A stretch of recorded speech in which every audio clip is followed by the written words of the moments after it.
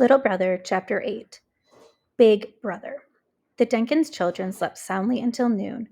After providing each of them with a bowl full of hot porridge, Elizabeth extended a formal invitation for them to remain for as long as they liked. Oliver accepted somewhat reservedly. Anna cheered with glee, but all the cheering stopped when Elizabeth informed them of their impending baths. It was quite the ordeal. It took the entire afternoon and 3 tubs of hot water to remove 8 months of untouched dirt and grime. Basil shook his head in disbelief each time he emptied the tub of its thick, muddy water. Beneath the caked-on dirt, the Billingsley were shocked to discover that the children had heads full of yellow blonde hair. Before the baths, their hair had appeared to be a light shade of brown. Their golden locks were a matted, gnarled mess. Martha managed and to detangle and make some progress with Anna's hair. After an hour of combing and the resulting whining and screaming, Elizabeth finally gave up on trying to fix Oliver's rather lengthy hair. She sheared it off short beneath all the knots and tangles. Basil burned the clothing that the children had worn without changing for 8 months. Not that there was much left to burn.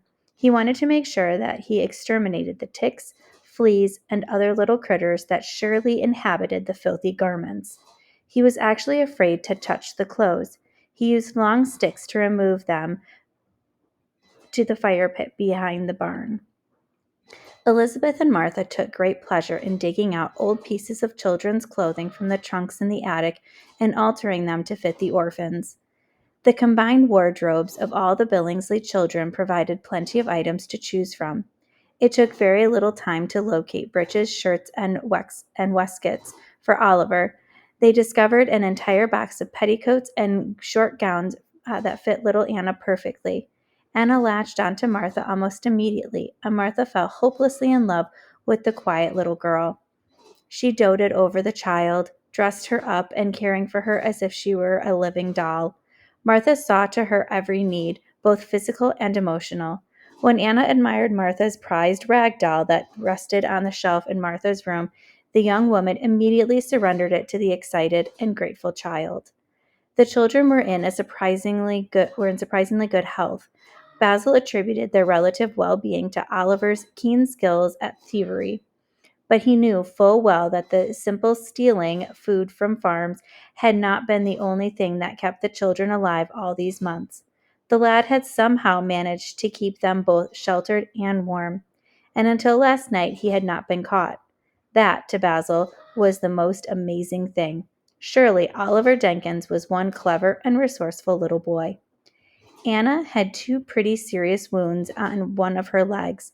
It appeared that something sharp, perhaps a stick, had punctured the soft flesh in her right thigh.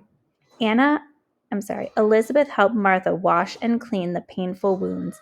Elizabeth bathed them with a mixture of apple cider vinegar and water and then wrapped them with clean bandages. She declared with absolute confidence, "My vinegar should have those cuts healed up nicely in a day or 2." Throughout the entire ordeal of cleansing and clothing the children, the 2 little ones never stopped eating. It was as if their bodies were empty caverns of hunger that could not be filled. They ate every morsel that the women placed in front of them and always asked for more. It took almost 2 days of nonstop eating before the children finally appeared satisfied. By the 3rd day, after their adoption into the Billingsley family, Oliver Jenkins had become Basil's shadow. The lad followed the older boy's every step. He helped Basil with the livestock in the barn.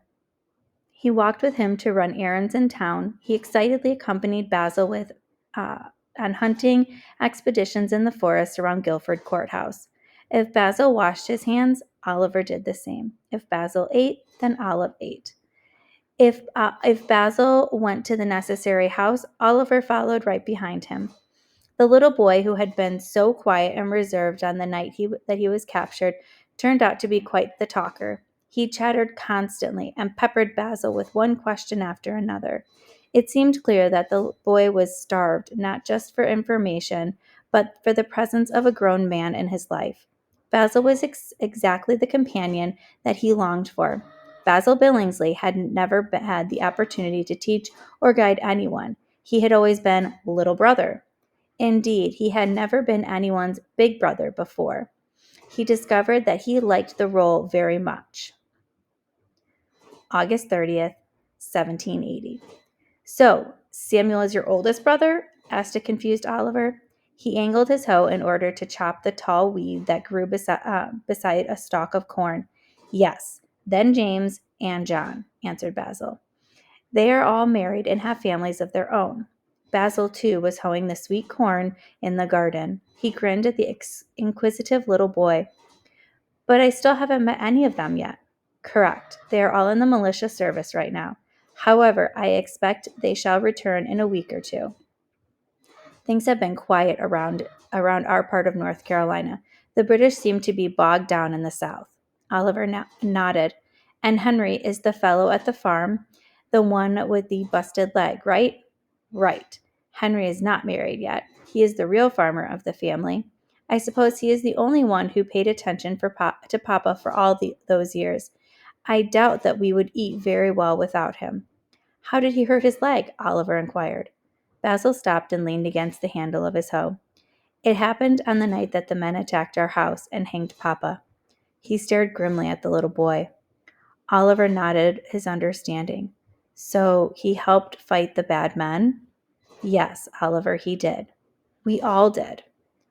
Oliver's eyes widened with admiration. You too? Basil nodded. Me too. Or at least I tried. I was scared out of my mind. I rode into the middle of the shootout, took just one shot with my brother's huge pistol, and then promptly tumbled off of my horse.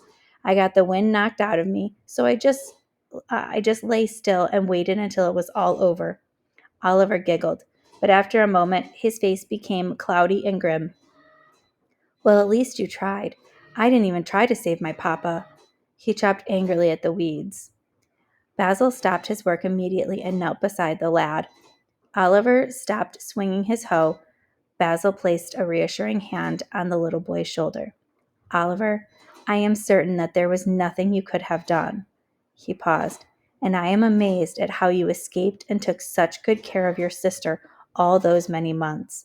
I do not think I could have done as well as you did. I am impressed and most proud of you. All of us are. Oliver smiled uncomfortably and then quickly resumed his work. Basil detected the glimmer of a tear in his left eye. He clearly wanted to change the emotional subject. And you have how many sisters again? Basil resumed his chopping as well. Just 3. Elizabeth and Cleary are both married and on their own. You know Martha, of course. Oliver grinned. She sure likes Anna. She loves Anna, agreed Basil. She makes over her like she was her very own child. I think it is good for Martha to have someone to take care of. And she sure is pretty, Oliver remarked. He tilted his head slightly and whistled. Who, Martha? Oliver nodded and grinned mischievously. Do you really think so? Asked Basil, a bit surprised that a little boy would say such a thing. Ain't no doubt, he chirped. She's the prettiest girl I ever saw. I do not suppose I have ever noticed. Oliver giggled once again. Basil really enjoyed the sound of his high-pitched laugh. Oliver continued his questions. And you have one other brother? His name is Walter, right? Yes, he is just a few years older than me. We grew up together. We are very close. Where is Walter now? Oliver asked innocently. Basil stopped hoeing once again. He stared in the distance toward the field to their south. He exhaled deeply. I do not know where he is, Oliver. The army took him, and we have not heard from him for quite some time. He paused. I just hope he is still alive. Oliver could see that Basil was deeply concerned about Walter. He wanted to encourage the older boy. Basil, you're so lucky you have all these brothers. He poked his lips out slightly. I've never even had one brother in my whole life. Walter reached down and tapped the brim of the lad's floppy hat so that it hung over his face. Well, you do now, you little chicken thief, he grinned warmly. Oliver righted his hat, smiled broadly, and continued to slash weeds with his hoe. Mother, I hope that the pot is full. You have 2 hungry farm workers on your hands. Basil and Oliver burst into the parlor to find Elizabeth and Martha locked in a tearful embrace. Anna was playing quietly with 2 dolls in the light of the front window. Basil blurted, Mother, what is wrong? Why are you two crying? Elizabeth rose to her feet. Oh, my dear boy, nothing is wrong. In fact, we have received the most wonderful news. Walter is alive. What? How do you know? What news have you received? She offered him a worn, crumpled letter. This came less than an hour ago. It is from Abigail. Basil's eyes opened wide with shock. It had been months since they received word from Walter. Basil had secretly feared that his brother was injured or died. He grabbed the letter from his mother's hands and quickly scanned its words. His lips moved rapidly as he read each line. Basil glanced at his mother, confused. Walter is in prison in South Carolina? A prison of war, my dear. He was captured by Tories many weeks ago. Basil shook his head grimly. The redcoats do not take very good care of their prisoners.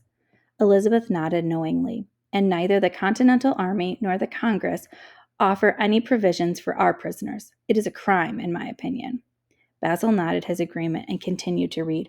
Holy thunder! Walter was in a battle? That lucky dog. He grinned broadly, but then his smile quickly converted to frown. But Gabriel Tate is dead. Yes, it is tragic. That boy was a jester and a fool, but I never harbored any ill will against him. My heart breaks for his parents. I must inform them immediately. I will go to their house after tea. And I will accompany you, Mother, Basil promised. We all will, added Martha. Basil scanned the letter again. I wonder how Abigail found out where Walter was imprisoned. Elizabeth shrugged. I do not know. The prison is in Camden, where the Hammer family lives. Perhaps her father had a reason to go there. I don't suppose that it matters. Basil glanced at the upper right corner of the letter. This date is almost a month ago. It took that long for a letter to travel from Camden. Yes, son, Camden is under British control, but by some miracle, Mr. Hammer managed to get the letter smuggled out of Camden by sending it through a personal contact in Charlestown. Apparently, it then traveled by sea through the port of Jamestown. A postal rider carried it overland to us and delivered it today. That was quite a roundabout, wandering route for such a tiny little letter, mumbled Basil. His mother sighed. Indeed, it is a miracle in my opinion. The entire set of circumstances is miraculous. Basil smiled and took his mother by the hand. It is truly remarkable. I agree. So, Walter is alive. What must we do now? Elizabeth's chin dropped to her chest. There is nothing practical that we can do, Basil. Not from such a great distance, but we must pray, both for Walter and for the Hammer family. Of course, Mother. We shall pray that Walter will return to us very soon. With his lovely bride by his side, added Martha, smiling broadly. The three of them leaned forward in a loving embrace. The sound of a little boy clearing his throat interrupted their family moment.